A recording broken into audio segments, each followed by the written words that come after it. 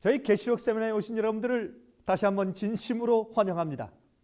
우리는 지금 요한계시록 연구의 그 중심부에 와 있습니다. 우리 눈앞에 참 놀라운 예언들이 지금 펼쳐지고 있죠. 이제 이 계시록의 예언이 점점 더 흥미진진하게 되어갈 것입니다. 여러분, 지금부터 연구하는 예언들의 내용들은요, 현대를 살고 있는 우리들에게 직접적으로 적용되는 문제들을 앞으로 다루게 될 것입니다. 오늘은 드디어 그 요한계시록 13장을 연구하게 될 차례입니다. 이 13장은 짐승의 표에 대한 예언장으로서 유명하지요. 이 13장은 그 내용이 두 부분으로 구분되어 있습니다. 먼저 짐승의 표를 강요하는 중심 세력인 그 짐승은 과연 누구인가 하는 문제를 1절부터 10절까지에서 다루고 있고, 그 다음에 짐승의 표에 대한 실제 예언이 후반부인 11절부터 18절까지에서 기록되어 있는 것입니다. 여러분, 짐승의 정체와 상관없이 아무렇게나 짐승의 표를 갖다 붙여서 해석하는 경향들이 얼마나 많이 있는지 모르겠습니다. 여러분, 그렇게 하면 안 되겠죠? 여러분, 짐승의 그 정체가 무엇인지 먼저 밝히고 난 다음에 그 다음에 그 짐승이 내는 표를 우리가 이야기해야 될 것이 아니겠습니까? 이 장은 아주 자세하게 살펴보아야 하는 장입니다. 먼저 그 짐승의 정체를 먼저 알아야 할 것입니다. 그래서 2부로 나누어서 설명을 드리겠습니다. 오늘은 13장의 제1부로서 제일 먼저 등장하는 물에서 올라오는 이 짐승의 세력이 과연 누구인가 하는 문제에 대해서 같이 공부해 보도록 하겠습니다. 여러분, 얼마나 중요한 얘기인지 모르겠습니다. 여러분, 정신을 바짝 차리시고 이제 이 말씀을 들어보시기 바랍니다. 제가 이제 먼저 본문을 읽겠습니다. 요한계시록 13장 1절부터 10절까지 있는 본문을 읽어보겠습니다. 여러분, 이제 계시록 13장에 있는 정말 흥미진진한, 다시 말해서 이 짐승의 표가 담겨져 있는 놀라운 예언장에 들어가서 보도록 하겠습니다. 자, 13장 1절부터 10절까지 제가 본문을 읽겠습니다. 내가 보니 바다에서 한 짐승이 나오는데 뿔이 열이요 머리가 7이라. 그 뿔에는 10 면류관이 있고 그 머리들에는 참남된 이름들이 있더라. 내가 본 짐승은 표범과 비슷하고 그 발은 곰의 발 같고 그 입은 사자의 입 같은데 용이 자기의 능력과 보좌와 큰 권세를 그에게 주었더라. 그의 머리 하나가 상하여 죽게 된 것 같더니 그 죽게 되었던 상처가 나오매 온 땅이 이상히 여기어 짐승을 따르고 용이 짐승에게 권세를 주므로 용에게 경배하며 짐승에게 경배하여 가로되 누가 이 짐승과 같으뇨 누가 능히 이로 더불어 싸우리요 하더라. 또 짐승이 큰 말과 참남된 말하는 입을 받고 또 42달 일할 권세를 받으니라. 짐승이 입을 벌려 하나님을 향하여 회방하되 그의 이름과 그의 장막 곧 하늘에 거하는 자들을 회방하더라. 또 권세를 받아 성도들과 싸워 이기게 되고 각 족속과 백성과 방언과 나라를 다스리는 권세를 받으니 죽임을 당한 어린 양의 생명책에 창세 이후로 농명되지 못하고 이 땅에 사는 자들은 다 짐승에게 경배하리라. 누구든지 귀가 있거든 들을지어다. 사로잡는 자는 사로잡힐 것이요 칼에 죽이는 자는 자기도 마땅히 칼에 죽으리니 성도들의 인내와 믿음이 여기 있느니라 그랬습니다. 그 이후에 11절부터 이제 짐승의 표에 대한 자세한 설명이 나오는 것입니다. 그런데 이 1절부터 10절까지의 이 짐승의 표를 강요하는 뒤에 있는 숨은 그 짐승의 정체가 무엇인지 먼저 설명해 주는 것입니다. 한 가지 우리가 알고 지나가야 할 것입니다. 13장에 짐승이 물에서 올라온다고 했습니다. 먼저 한 짐승이 올라오고 그 다음에 11절과 12절에 두 번째 올라오는 짐승이 먼저 나온 짐승, 다시 말해서 13장 1절에 처음에 물에서 먼저 나오는 그 짐승을 위해서 우상을 만들어 준다고 성경 예언은 기록하고 있는 것입니다. 여러분 아시겠습니까? 짐승의 정체가 나오지만 그 짐승 자체가 아니라 두 번째 나오는 짐승이 그 먼저 짐승을 위해서 이제 그 우상을 세워준다고 성경에 기록되어 있습니다. 이 두 짐승 중에서 첫 번째 짐승은 바다에서 나오고 두 번째 짐승은 어디에서요? 땅에서 나올 것입니다. 그래서 이 바다, 즉 물은 많은 사람들을 상징합니다. 많은 사람들이 살고 있는 지역에서부터 그 세력이 올라온다, 그러한 뜻입니다. 여러분, 실제적으로는 유럽 대륙을 상징한다고 보아야 할 것입니다. 여러분, 요한계시록 17장 15절을 보면 이렇게 말씀되어 있습니다. 또 천사가 내게 말하되 내가 본 바 음녀의 많은 물은 백성과 무리와 열국과 방언들이니라 그랬습니다. 그러므로 여러분 이 물은 많은 사람들을 상징해요. 그래서 물에서 짐승이 올라오는 것은 짐승은 예언에서 나라나 국가나 세력을 말하기 때문에 사람들이 물에서 짐승이 올라오는 것은 많은 사람들이 사는 지역에서 한 세력이 국가가 올라오는 것을 상징한다고 말할 수 있는 것입니다. 두 번째 짐승은 땅에서 올라옵니다. 여러분들이 그러므로 사람들이 많이 살고 있지 않는 황량한 곳에서부터 올라온다고 그렇게 해석할 수 있습니다. 물에 반된 땅 아니겠습니까? 자, 이것은 제가 이제 다음에 말씀을 드리겠습니다. 자, 그러면 먼저 등장하는 물에서 올라오는 짐승에 대해서 같이 좀 연구해 보아야 할 것입니다. 이것은 참 흥미진진한 예언이 아닐 수가 없습니다. 이 짐승은 복합적인 모습을 가지고 있는 짐승입니다. 여러분 우리가 아까 읽었지만은 본문에서 몸은 무엇 같고요? 표범 같고 또 발은요 곰 같고 머리는요 사자 같은 짐승이라고 말했습니다. 이 상징은 다니엘서에서 빌려온 상징들입니다. 여러분 구약시대 예언의 선지자 다니엘은 계시 가운데서 세계 역사의 제국들이 차례대로 물에서부터 올라오는 것을 보았습니다. 그 나라들은 짐승들로 상징되어 있었습니다. 그 예언이 다니엘서 7장에 있죠. 여러분 잘 아시죠? 바벨론은 사자로 상징되어 있습니다. 사자는 어떻습니까? 사자는 그 짐승의 왕이죠. 그런데 이 사자가 독수리의 날개를 가지고 있어요. 그러므로 참으로 정말 강력한 왕 같은 나라였던 고대 바벨론을 사자로 상징했고, 또한 메데 페르시아는 곰으로 상징했습니다. 곰은 용맹스럽죠. 인내가 있죠. 그래서 아주 용맹스러운 페르시아를 상징했고 곰으로. 그 다음에 또 헬라는 세 번째 나라는 다니엘 7장에 나오는 것들입니다. 다니엘 계시 가운데 보면 세 번째 나라는 헬라인데 그 헬라는 무엇으로요? 표범으로 상징되어 있었죠. 머리가 4개인 새 날개를 가지고 있는, 그렇죠? 근데 이 표범은 가장 빨리 달리는 동물 아니겠습니까? 그래서 가장 빨리 세상을 정복한 신속함을 상징하는 것이었습니다. 또 네 번째 로마 제국을 상징하기 위해서 무섭고 놀라운 용 같은 짐승이 올라온다고 계시를 본 것입니다. 이 짐승들은 세계 제국들을 상징했습니다. 지금도 여러분 미국을 무엇으로 상징합니까? 미국을 상징하는 동물이 무엇입니까? 독수리죠. 또 러시아를 상징하는 동물이 무엇입니까? 곰이죠. 이렇게 해서 지금도 강국들을 상징할 때 그러한 동물로 상징하는 습관이 지금도 있는 것을 우리가 알 수가 있는 것입니다. 여러분 혹시 이 다니엘의 예언을 잘 모르시는 분들을 위해서 제가 간단하게 다니엘 7장을 좀 설명하고 지나가겠습니다. 여러분 다니엘 7장 1절부터 8절까지 좀 먼저 읽어보겠습니다. 여러분 흥미있는 얘기입니다. 여러분 다니엘 7장 1절부터 8절까지 보시면 거기에 다니엘이 이제 계시 가운데서 바로 이러한 동물들이 이제 올라오는 그 문제가 여기 기록되어 있는 것을 우리가 볼 수 있습니다. 제가 한번 좀 읽어드릴게요. 보세요. 다니엘 7장 1절부터 8절 좀 읽어드리겠습니다.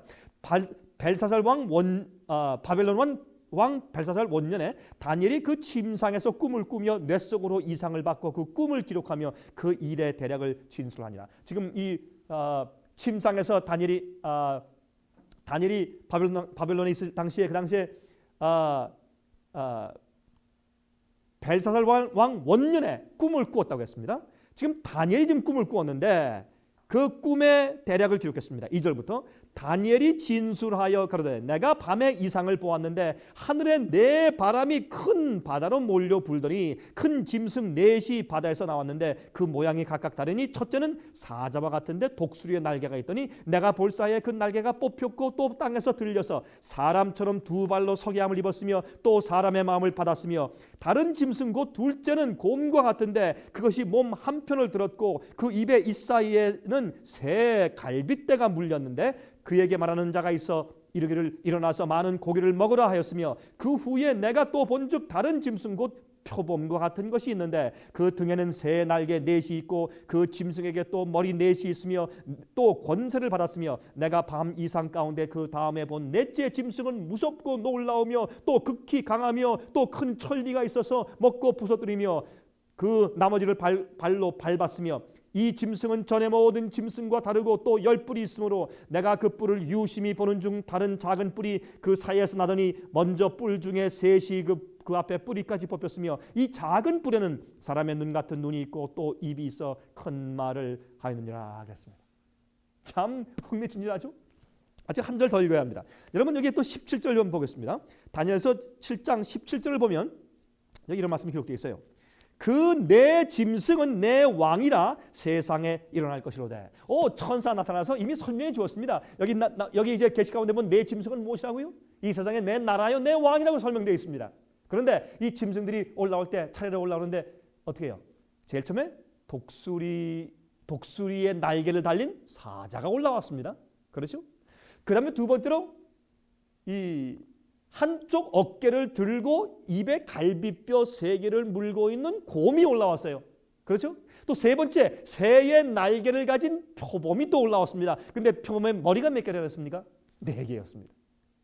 네 번째로 무섭고 놀라우며 강한 짐승 철이를 가지고 있으면서 10뿔을 가지고 있는 용 같은 짐승, 용으로 상징된 짐승이 올라오는 것을 다니엘이 계시 가운데 보았습니다. 여러분 이것을 사도 요한이 그 상징을 그대로 빌려서 계시 가운데 주님께서 그 똑같은 상징으로 보여주셨기 때문에 똑같은 계시의 상징을 빌려서 지금 요한 계시록에서 지금 세계 역사의 흐름과 특별히 마지막에 그 짐승의 표를 내릴 그 짐승의 정체를 설명하기 위해서 다니엘의 계시를 빌려다가 지금 요한 계시록에서 기록해서 우리가 설명해 주고 있는 것이라고 말입니다.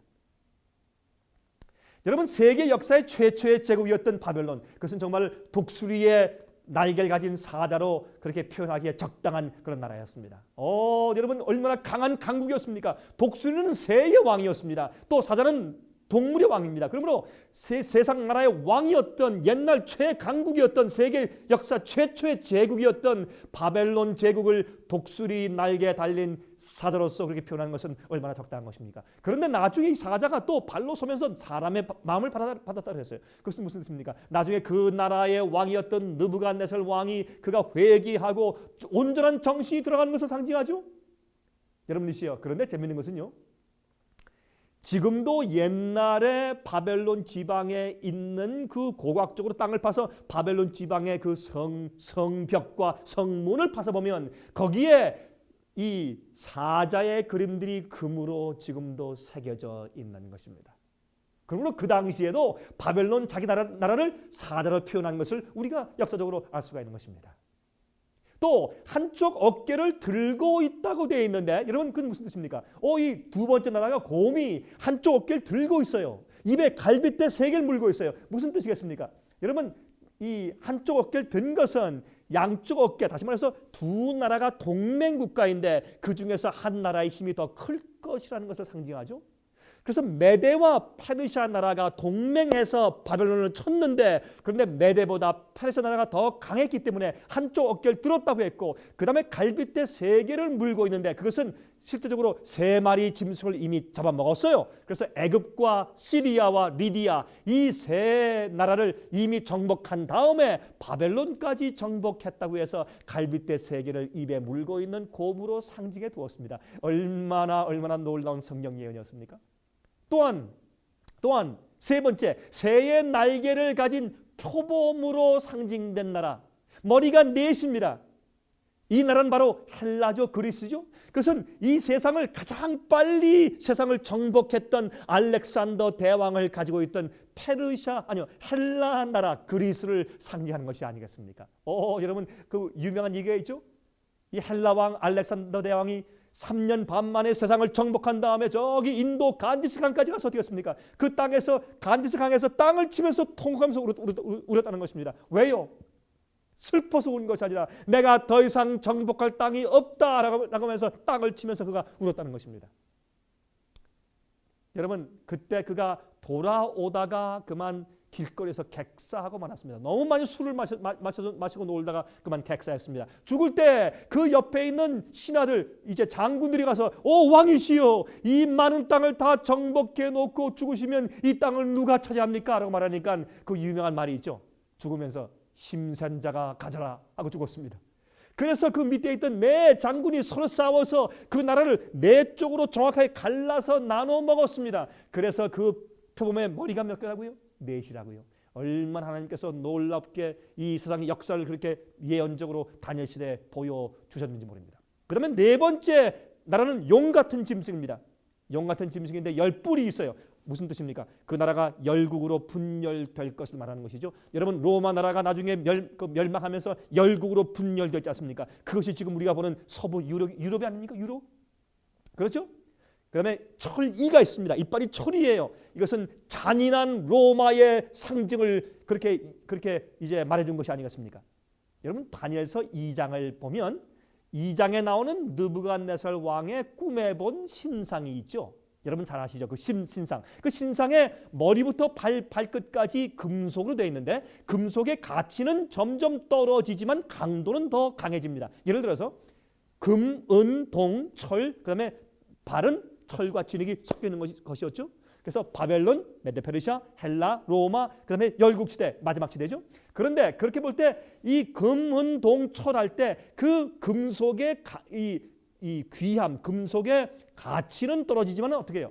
강도는 점점 강해지는 것처럼 금보다 은이 강하고 은보다 동이 강한 것처럼 그렇죠? 점점 그렇게 강해지는 것처럼 그것은 다시 말해서 그 제국들의 순서가 부는 좀 약해질지 모르지만 그 군사력은 점점 강해질 것에 대한 세상 역사의 흐름을 성경 가운데 그렇게 자세하게 설명해주고 예언해 주신 것입니다. 놀랍지 않습니까? 지금은 열 발굴학 시대에 살고 있습니다. 철과 진흙이 섞여 있어요. 강국과 약한 국가, 부한 나라와 가난한 나라가 철과 진흙이 섞여서 다시 서로 엉키지 않는 것처럼 불안하게 지금 엉켜 있습니다. 그러한 것이 바로 지금 이 마지막 열국 시대가 아니겠습니까?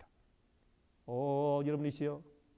그런데 뜨인 돌이 와서 사람의 손으로 만들지 않은 뜨인 돌이 날라와서 어딜 쳤습니까? 그 신상에 발을 쳤을 때 산산조각 났죠. 그것은 예수 그리스도의 재림을 말합니다. 우리가 사는 이 시대에 올 예수 그리스도의 재림을 말하는 것을 우리가 알 수 있는 것입니다. 자, 그런데 여기 보면 이제 다니엘 2장에 있는 그 순서와 다니엘 7장에 있는 그 순서가 아주 똑같은 것을 우리가 알 수가 있습니다. 그런데 요한의 묘사를 보면 말이죠. 다니엘이 말한 짐승들의 순서와 반대입니다. 요한이 말한 이 짐승의 순서와 다니엘 7장에서 말한 짐승의 순서가 반대입니다. 우리가 잘 보면 다니엘은 미래를 내어다 보면서 말했기 때문에 사자, 곰, 표범, 그 다음에 용 같은 짐승 했지만은 요한은 다니엘의 예언이 거의 다 성취되어 가고 있는 시점에서 뒤를 돌아다 보면서 그가 예언을 보고 설명했기 때문에 그가 반대로 말했습니다. 그래서 요한계시록 13장에서 보면 물에서 올라오는 짐승이 제일 먼저 몸은 표범 같다고 되어 있고 짐승이 그 발은 곰 같다고 되어 있고 머리는 사자 같다고 되어 있어서 그 순서를 반대로 표기한 것입니다. 그 다음에 그 머리가 7입니다. 거기에 10뿔이 있어요. 10뿔의 면류관이 있다고 요한계시록 13장 1절과 2절에 기록되어 있습니다. 그것은 로마가 열국으로 갈라진 이후의 시기를 말하고 있습니다. 10뿔의 면류관이 있어요. 다시 말해서 10뿔 시대에 지금 그 계시가 적용된다고 말입니다. 그렇죠? 10뿔 시대가 이미 도래해서 지금 다스리고 있는 때니까 10뿔의 면류관이 있습니다. 로마가 열국으로 갈라진 이후의 시기를 말하고 있습니다. 7머리는요. 다니엘 7장 계시에 나오는 네 짐승의 머리들의 숫자를 세어보면 압니다. 여러분 다니엘 7장에 있는 네 짐승의 머리의 숫자를 보십시다. 사자의 머리가 몇 개였습니까? 하나였죠. 곰의 머리가 또 하나였죠. 그렇죠? 표범 머리는 세 번째 표범의 머리는 4개였죠. 또 네 번째 짐승 용의 머리는 하나였죠. 도합 몇 개입니까? 하나 4개 7개죠. 그래서 7개의 머리가 있다고 되어 있는 것입니다. 이 표상은요, 이 세력이 바벨론의 부와 페르시아의 용맹과 헬라의 신속함의 특성을 한 몸에 지니고 있다는 것을 영적으로 상징하는 것입니다. 그런데 용이 자기의 능력과 보좌와 권세를 이 짐승에게 주었다고 했습니다. 용이 자기의 능력과 보좌와 권세를 이 짐승에게, 물에서 올라온 첫 번째 짐승에게, 이 짐승은 짐승의 표를 내리는 그 대우의 세력인데 이 짐승에게 용이 능력을 권세를 주었다고 했어요. 용은 여러분 성경에서 무엇을 상징합니까? 사탄을 상징하죠. 하지만 자주 사탄이 사용하는 이 세상의 세력들로도 용으로 상징되어 있습니다. 그리고 세상에 있는 어떤 세력들도 용으로 상징되어 있는 것을 가끔 우리가 볼 수가 있는 것입니다. 에스겔서 29장 3절을 보시면 에스겔서 29장 3절을 보면 애굽을 큰 악어, 즉 원문을 보면 큰 용으로 묘사된 것을 우리가 읽을 수가 있습니다. 또한 요한계시록 12장 4절과 5절에는 로마를 용으로 표현했습니다. 다시 말해서 예수께서 어릴 때에 헤로드 왕을 통해서 죽이려 했던 그 로마의 세력을 용으로 상징했습니다. 그래서 이 용이 다시 말해서 이교 로마의 세력이, 이교 로마 제국의 세력이 이 짐승에게 자기의 보좌의 능력과 권세를 주었다고 성경 예언은 말하고 있다고 말입니다. 이것은 얼마나 중요한 단서인지 모릅니다. 잘 기억하시기 바랍니다. 여러분, 성경 예언에 나타나는 제국들의 순서는 바벨론, 페르시아, 헬라, 그 다음에요 이교 로마죠. 그 다음에 이교 로마의 세력이 몰락되면서 그 뒤를 잇는 세력이 바로 중세기를 지배했던 누구였습니까? 교황 로마였습니다. 그렇습니다. 이것은 세상 역사의 흐름입니다. 그 역사의 흐름을 성경 예언이 미리 보여준 것입니다. 여러분, 로마의 컨스탄틴 황제가 AD 330년도에 로마를 떠나서 저 동쪽인 흑해와 터키 쪽으로 가서 자기 이름을 따서 컨스탄티노플이라고 하는 도시를 건설하기 시작했죠.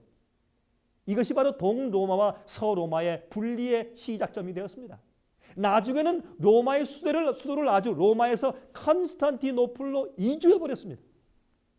그러면서 로마가 있는 서부 지역의 권력의 진공 상태가 생기게 되자, 다시 말해서 저쪽 동쪽엔 지금 황제가 있으니까 됐는데 서쪽에 로마가 있는 그 도시에 진공 상태가 생기자, 그때 AD 538년도에 당시의 로마 황제였던 저스티니안 황제가 로마 교회의 감독인 유세비우스를 온 세계의 교회의 머리로 임명하면서 서로마 제국에 있는 군대를 사용할 수 있는 권한까지 주었다는 것입니다.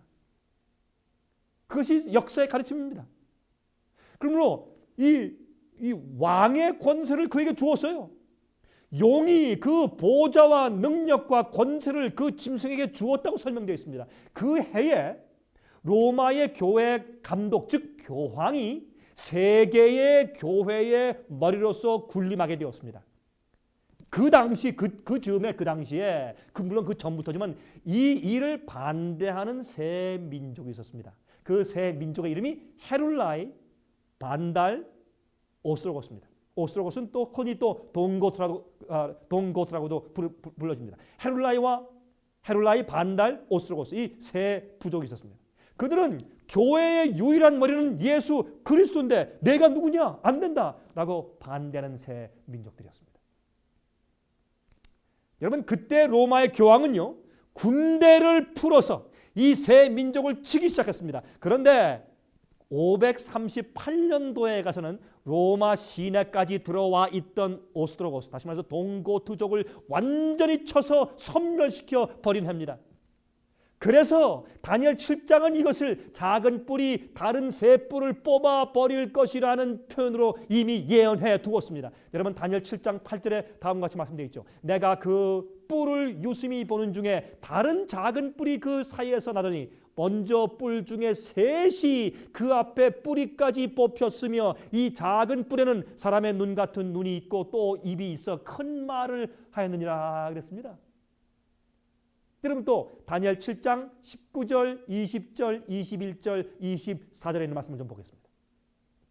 이에 내가 넷째 짐승의 진상을 알고자 하였으니 곧 그것은 모든 짐승과 달라서 심히 무섭고 그 이는 철이요 그 발톱은 못이며 먹고 부서뜨리고 나머지는 발로 밟았으며 또 그것의 머리에는 10뿔이 있고 그 외에 또 다른 뿔이 나오며 세 뿔이 그 앞에서 빠졌으며 그 뿔에는 눈도 있고 큰 말하는 입도 있고 그 모양이 동류보다 강하여 보이는 것이라. 내가 본즉 이 뿔이 성도들로 더불어 싸워 이기었더니 그랬습니다. 그 10뿔은 이 나라에서 일어날 10왕이요 그 후에 또 하나가 일어나리니 그는 먼저 있던 자들과 다르고 또 새 왕을 복종시킬 것이며 그랬습니다. 여러분, 얼마나 놀라운 얘기입니까? 이렇게 해서 지금 이 작은 뿔, 다시 말해서 이 이 짐승의 세력이 요한계시록 13장에는 짐승의 첫 번째 짐승의 세력은 다니엘 7장에는 작은 뿔 세력입니다. 똑같은 예언입니다. 그 세력이 새 뿔을 뽑는다 그랬죠? 얼마나 놀라운 예언입니까? 이 넷째 짐승은 로마 제국인데 거기에서 나온 10뿔은 로마가 열국으로 분열될 것을 말하죠. 로마 제국이 분열되면서 그 열국 가운데서 등장하는 세력이 바로 이 작은 뿔 세력입니다. 이 작은 뿔이 다른 10뿔 중에서 새 뿔을 뽑았다고 했습니다. 이 작은 뿔은 다른 동류보다 다르고 더 강해 보였다고 했습니다. 이것은 다른 세력보다 조금 다르니까 종교적이면서도 국가적인 세력을 상징했습니다. 이 작은 뿔 세력이 바로 교황권을 예언한 것입니다. 여러분. 이것이 교황권이에요. 이 세력은 예언된 대로 로마가 분열되는 시기 이후에 등장하였습니다. 시기가 정확히 맞아야 합니다. 또한 10뿔이 나온 그 후에란 말이죠. 그리고 새 뿔을 뽑아서 없애버렸다고 했습니다. 여러분이 초기에 교황권의 세력을 반대하다가 뽑힌 새 뿔의 세력은 반달과 헤룰라이와 오스트로고스였지 않습니까?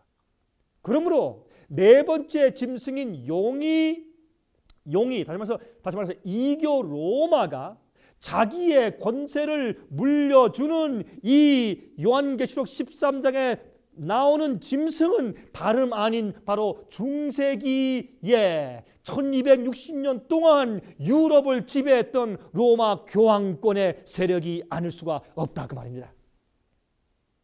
그러므로 요한계시록 13장 첫 부분은 앞으로 머지않은 장래 온 세상에 짐승의 표를 강요할 세력이 과연 누구인가 하는 것을 먼저 보여주고 있다 그 말입니다.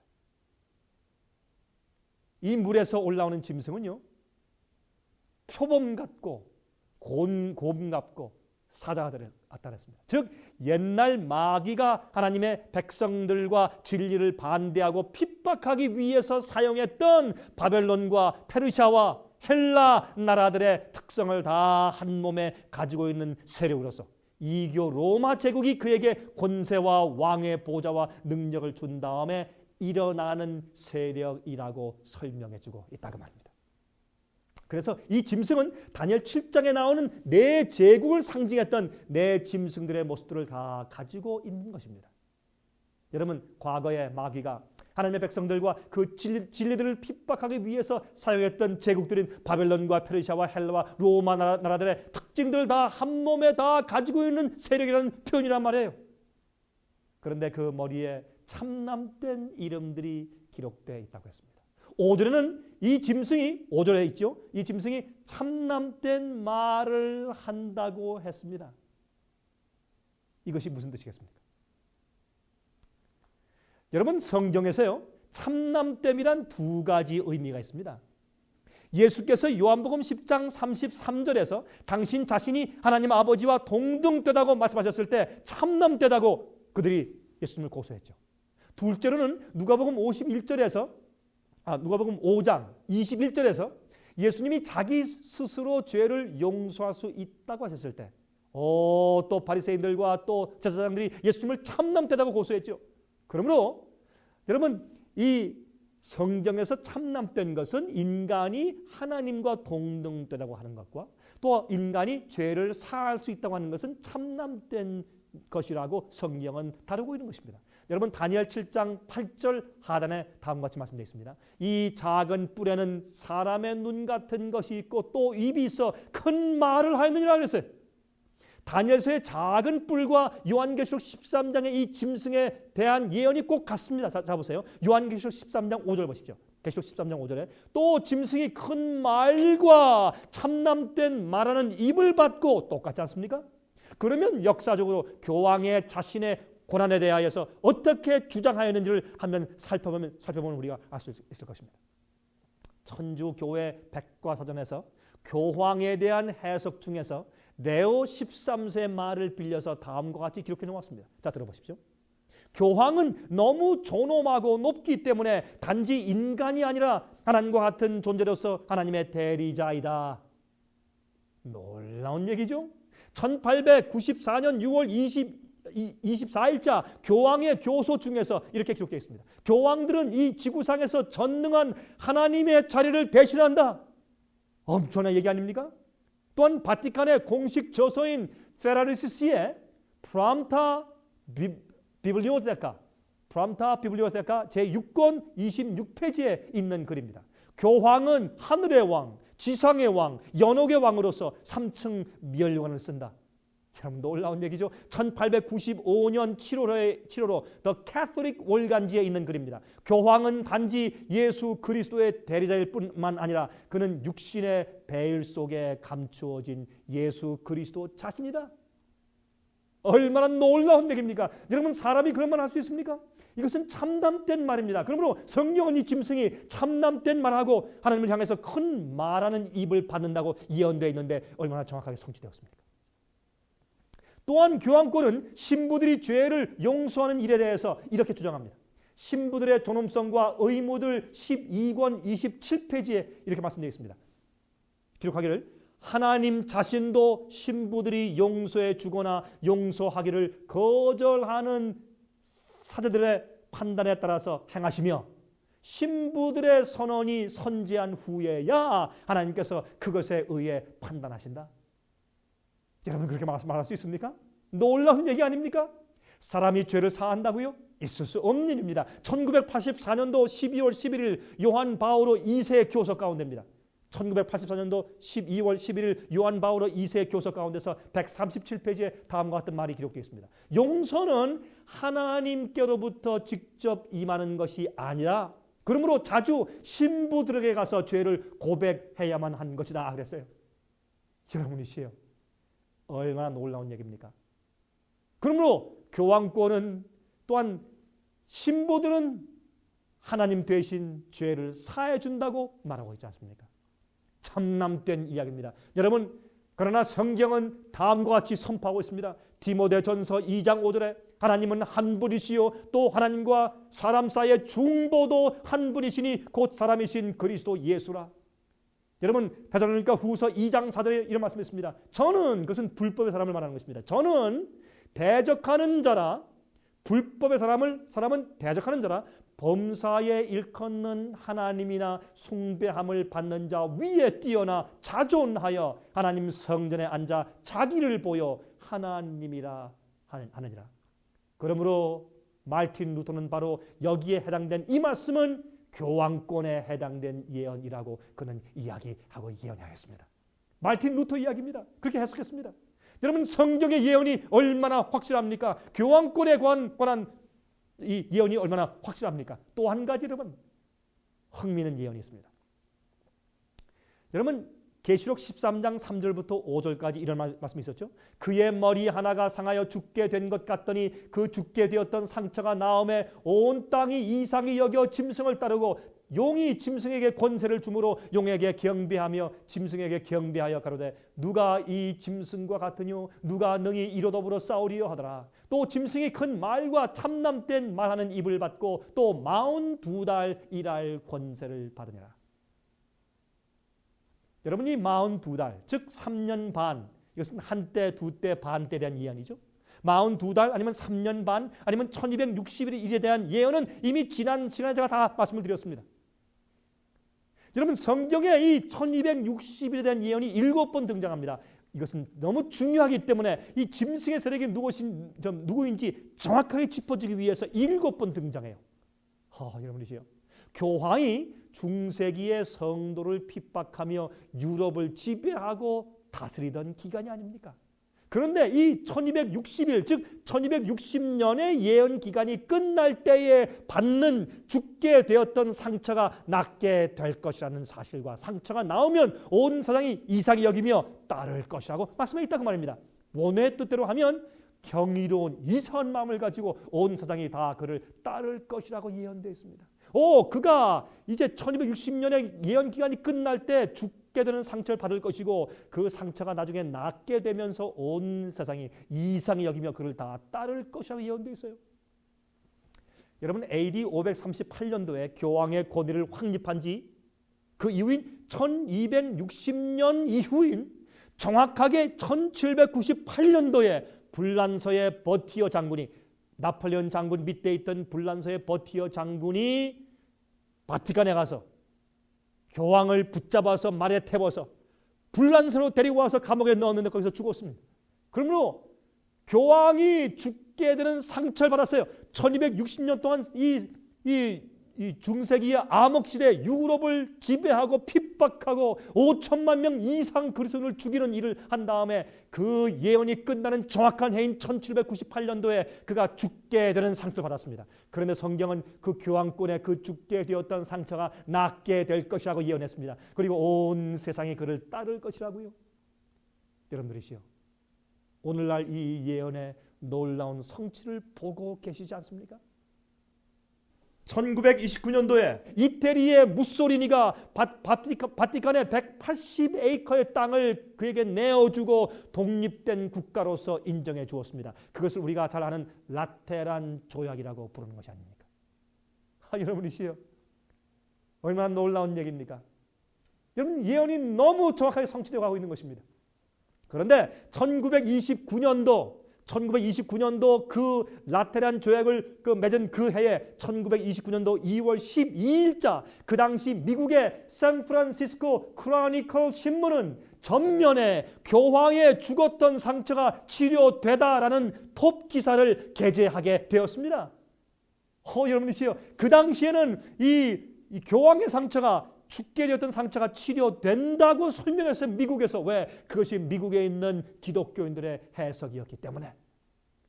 오늘날 온 세계를 누비는 교황권의 힘을 좀 보십시오. 여러분, 미국의 달라진 태도를 좀 보십시오. 미국의 대통령들이 교황을 얼마나 끔찍히 여기며 환영합니까? 그가 미국을 방문할 때 100만 명씩 모여서 그를 환영하고 꽃다발 두지 않습니까? 옛날에 미국의 태도와 정반대 아닙니까? 여러분, 교황권의 핍박에 못 이겨서 도망가서 세운 것이 미국입니다. 미국이 얼마나 태도를 돌변했습니까? 여러분, 그렇게 될 것이라고 그의 짐승의 상처가 낫게 될 것이라고 성령 예언을 말했는데 정확하게 성취되고 있습니다. 또한 소련의 공산주의를 몰락시킨 힘을 좀 보십시오. 짐승의 세력인 이 교황권이 미국의 로널드 레간 대통령과 합력해서 소련을 무너뜨렸지 않습니까? 여러분, 그것은 우리가 다 알고 있는 사실 아닙니까? 또한 각 나라의 정치가들의 아련하는 것을 보십시오. 미국의 국회의원들이 유럽을 가면 제일 먼저 어디 갑니까? 바티칸에 가서 로마의 교황을 먼저 아련해서 절합니다. 러시아의 대통령도, 미국의 대통령도 가면은 어떻게 합니까? 먼저 교황을 가서 아련하지 않습니까? 여러분, 큐바의 경우를 보셨죠? 얼마 전에 교황이 큐바를 방문한 다음에 어떻게 했습니까? 미국을 향해서 공항에서 연설을 했습니다. 미국은 이 큐바를 향해서 그 생션, 그의 이제 그 문을 닫는 그런 그 벌칙되는 규정들을 풀어줘야 할 것이라고 말했습니다. 3개월 이후에 미국이 큐바를 향해서 무역 협정을 풀어주었습니다. 놀라운 얘기 아닙니까? 그래서 북한도 지금 우리의 바로 동족들인 북한도, 우리의 그 공산주의의 우리의 동족들인 북한도 교황의 힘을 빌어보려고 교황이 좀 와서 방문해 달라고 요청하고 있는 형편이 아닙니까, 여러분? 성경 예언은 중세기 암흑시대 1260년간 성도들을 괴롭히던 이 세력에게 결국 마지막 때에 가서는 생명책에 기록되지 않은 모든 사람들이 그에게 다 굴복하고 경배할 것이라고 말했습니다. 그가 죽었던 상처를 낳은 다음에 세계를 다시 호령할 때 생명책에 기록되지 않은 정말 영적으로 구원의 경험이 없는, 성령이 없는 사람들은, 이 땅에 있는 모든 사람들은 전부 다 그에게 경배한다고 말했습니다. 적은 주의 백성들, 여자의 남은 자손들, 인침받은 백성들 말고는 다 그에게 앞으로 경배할 것입니다. 여러분, 그때 여러분은 어느 편에 속하실 것입니까? 여러분은 어디 계실 것입니까? 이 세력은 기독교의 진리와 이교의 가르침을 섞어 놓은 세력입니다.